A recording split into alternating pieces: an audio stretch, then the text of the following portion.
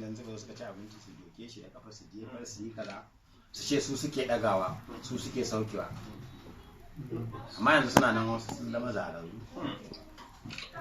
rigar jikinsu ba za ka saye ta, amma lokacin da suke yayi duk duniya inda su yi amsan su za su yada duk wani jarumi na masana'antar tara shi waje da su zagi wanda suke so, su wulakanta wanda suke so, na suke yanzu zama lafiya da mutunta juna da kula da mutane shi yake baka ko da ka sako ba ma za ka gane ka sako ma. Mu dai ba alfahari yake ba, amma muna iya bakin kokarin wanda ya zo masu ya gwargwadon abin da Allah ya ba mu iko ne, wanda za mu iya taimaka da karfin hannunmu ko da aljihunmu ko da zuciyarmu ko da shawararmu duk muka yi. Abin kuma da ba za mu yi ba kai sai za mu faɗa yaudara ba ta da dama, abin da ba zan yi a zance abin nan sun zan iya zance to wannan ita ce ba san ka stress ko wannan ita ce shawarar da zan baya, kuma Allah ya taimake mu, Allah ya mana jagora wannan bala'i da ya tunkaro duniya gaba ɗaya, Allah ya yi mana shi, Allah ya sa mu ga ƙarshen sa lafiya, komai yana da farko kuma yana da ƙarshe zai zama tarihi insha Allah.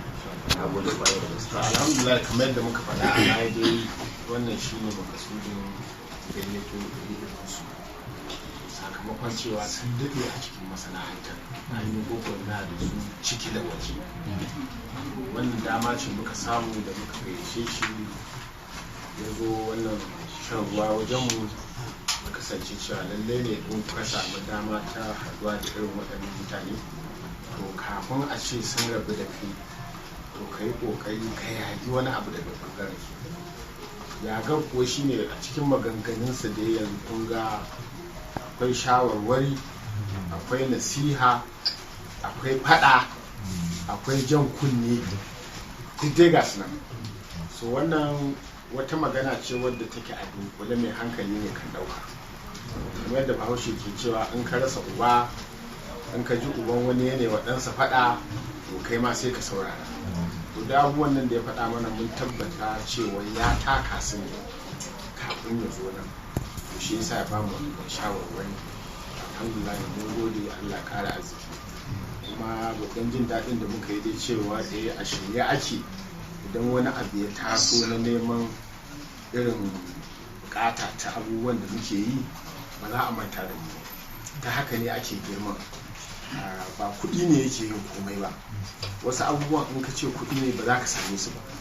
Inda kuɗi za mu bashi mu ce zo nan kila ba mu da kuɗin da za mu bashi to me ya kawo haka? Zaman lafiya ne da kuma ƙaunar juna da yake yi na mutunta ɗan adam. Muna fatan ubangiji Allah yadda suka zo lafiya Allah mai da su lafiya, Allah kuma ya kare dukkan fitinu. To zan dakata a nan, amma za mu samu kamar mutum ɗaya biyu ko uku daga cikin 'yan masana'anta waɗanda za su yi wa babban bako fatan alheri. Da za mu fara. Sa'idu, bismillah.